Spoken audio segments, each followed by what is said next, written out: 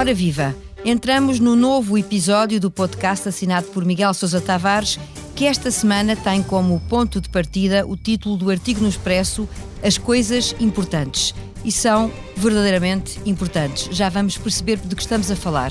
Eu sou a Paula Santos.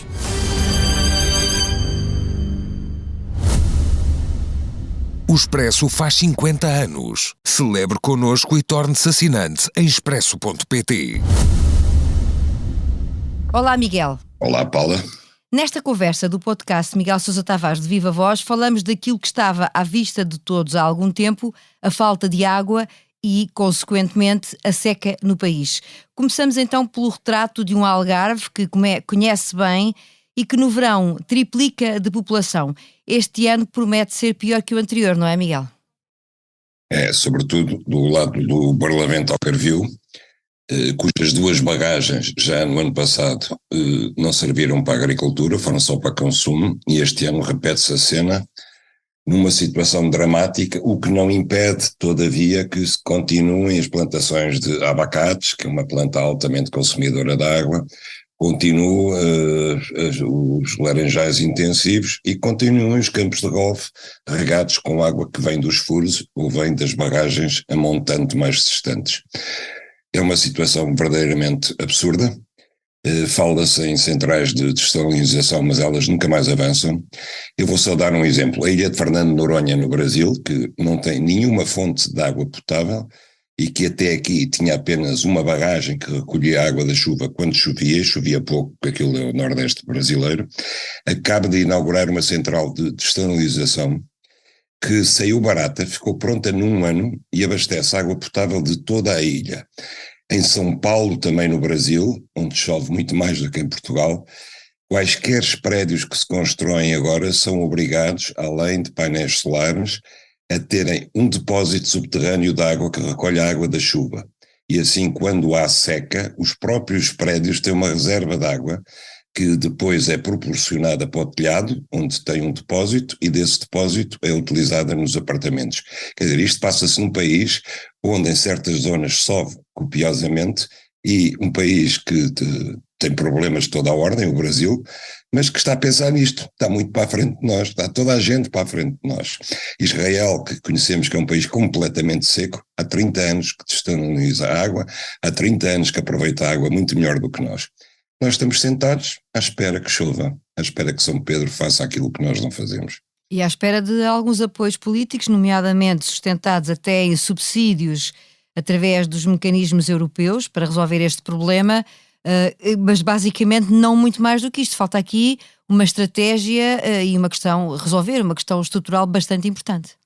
Paulo, é impressionante. Eu no dia estava a ouvir a Ministra da Agricultura, eu quase que percebi que ela estava feliz, porque a seca tinha chegado a um ponto em que ela já podia ativar os mecanismos europeus para pedir subsídios. E ela acha que o subsídio resolve o problema. Quer dizer, ela acha que se calam os problemas todos e se calam as reivindicações com dinheiro. Deita dinheiro para cima dos problemas e é como se deitasse água. Eu acho que nós estamos completamente cegos, não vemos as coisas. Mas não porque não se tenha avisado, há muitos anos que se avisa, há muitos anos que se fazem estudos, está tudo estudado, está tudo dito, está tudo redito. É simplesmente uma incapacidade do país de sair para além das questões de lana caprina. Andamos a discutir se havia ou não havia um parecer sobre o despedimento da administradora da TAP, agora andamos a discutir se o computador foi roubado ou não foi roubado, quer dizer, andamos a discutir as coisas que não interessam nada, em vez de discutirmos aquilo que são questões prementes, urgentes e estruturantes, não só para o futuro, mas para o presente imediato.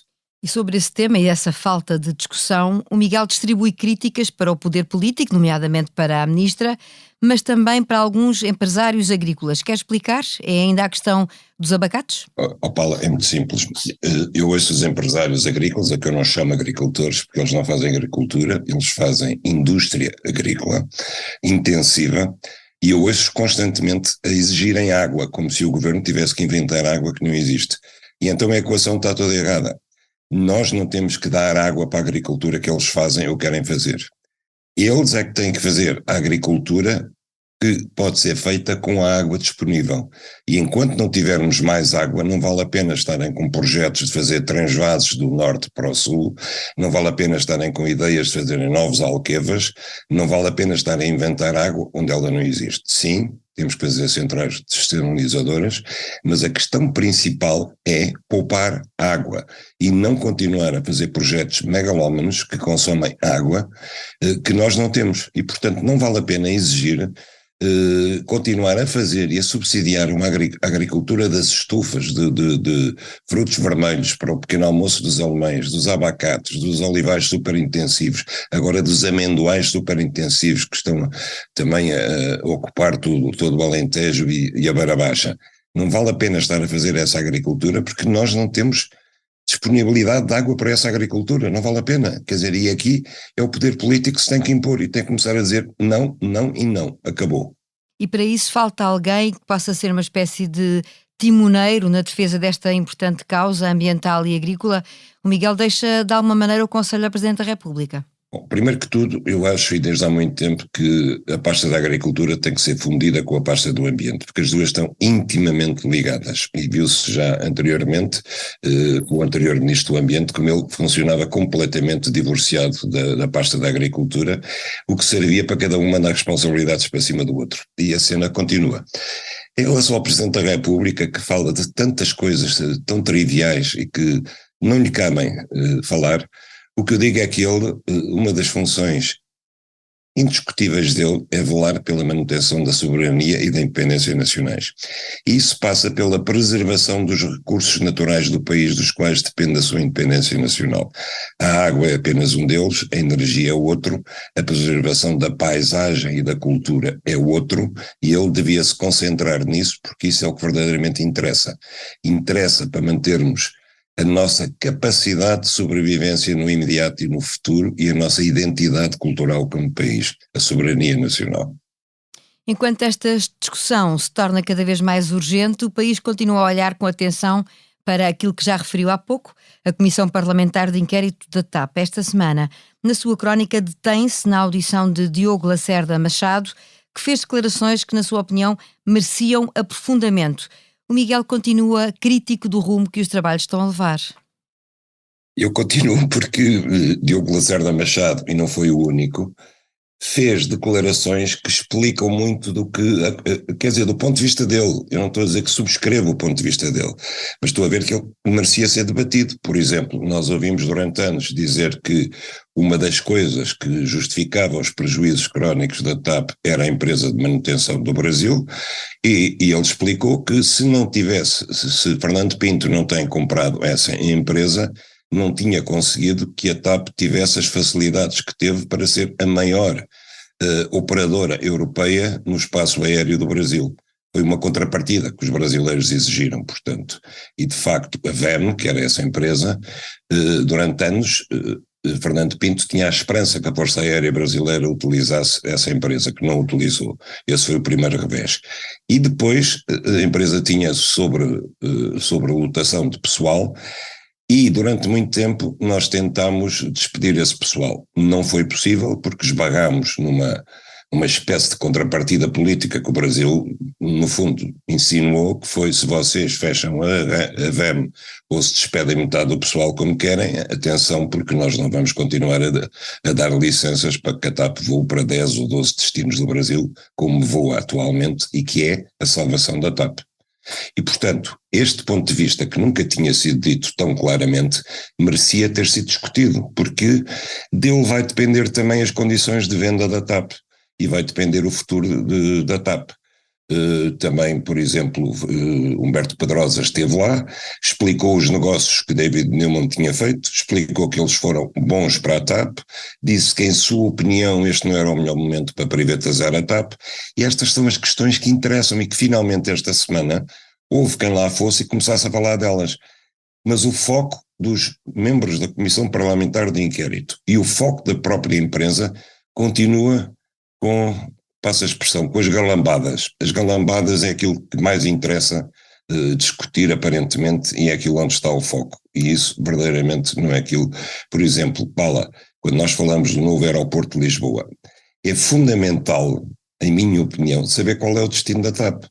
Porque se Lisboa vai deixar de ser um hub, como é até agora, a TAP deixa de valer o que vale. E, portanto, se calhar, se a TAP deixa de ter um hub em Lisboa, o novo aeroporto de Lisboa passa a ser outra coisa.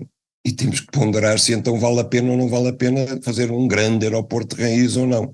Já lá vamos a esse ponto. Eu antes queria perguntar, para fecharmos o dossiê aqui da Comissão Parlamentar, o Miguel dizia que há coisas que não são suficientemente exploradas, lá está, e suficientemente analisadas, e depois também há aquelas questões internas de relacionamento entre os partidos e de alguma maneira, de algum desconforto entre as revelações que vão surgindo e a própria forma como os partidos se adaptam a elas. Esta semana fica também marcada pela saída do presidente da Comissão, que é mais uma mudança na equipa socialista, que também já tinha trocado de coordenador. Como é que interpreta estas saídas e estas movimentações? Paulo, eu vejo isso como jogos florais entre os partidos, a sério. Eu não vejo isso, mais uma vez, eu acho que isso não interessa nada. Isso são questões verdadeiramente laterais, que não interessam nada àquilo que está em discussão. Eu gostaria de ver a oposição, em lugar de se deter tanto tempo com essas questões, a falar sobre aquilo que é o futuro da TAP. Eu gostaria de ver a oposição a dizer: nós somos a favor ou contra a privatização da TAP. Somos a favor da privatização, mas todo o capital ou parte do capital. Somos a favor da privatização desde que quem comprar a TAP responda pelas seguintes condições. Isso é que eu gostava de ver discutido. Isso é o que interessa. Agora, saber se o coordenador se sentiu ofendido por uma boca que lhe mandou um membro do PSD numa reunião à porta fechada ou não, saber se estava o caráter dele foi ofendido ou não, francamente isso não interessa nada, não diz nada, não interessa nada para aquilo, para a matéria para a qual foi constituída a Comissão de Inquérito.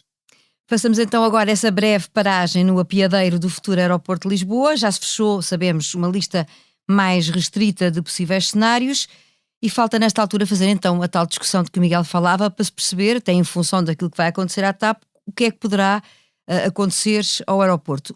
E isto tudo parece que estão todos a olhar uns para os outros, mas ninguém dá o passo no sentido de tomar a dianteira e de alguma maneira forçar essa discussão, não é verdade? É verdade, Paulo, e aquilo que eu digo é, nós agora adiámos a discussão, a decisão por mais um ano, e entregámos a decisão a uma comissão de técnicos. E por mais competentes que sejam os técnicos, por mais fundamentada que acabe por ser a decisão deles, aquilo que eu digo é que a decisão não é técnica, a decisão é política antes de ser técnica. Ou seja,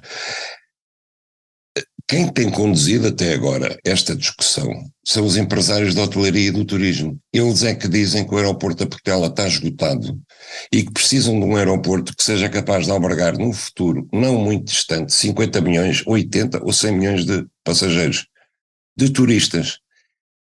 E para responder a esta questão, não são os técnicos que têm que responder. Eles não têm que dizer, um aeroporto de 50 milhões fica melhor em Alcochete ou fica melhor em Rio Frio. Se for 80 milhões, é melhor aqui ou é melhor lá. Não, é político.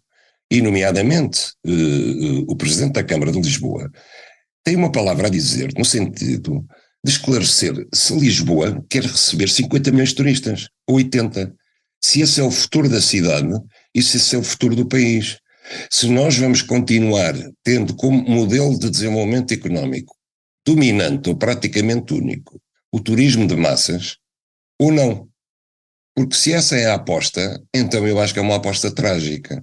Eu acho que é uma aposta, e viu-se durante a pandemia, quando de repente deixou de virem todos os turistas, nós entramos numa crise profundíssima. Quando nós falamos agora que o ano de 22 correu otimamente nas exportações, correu porque houve um boom do turismo.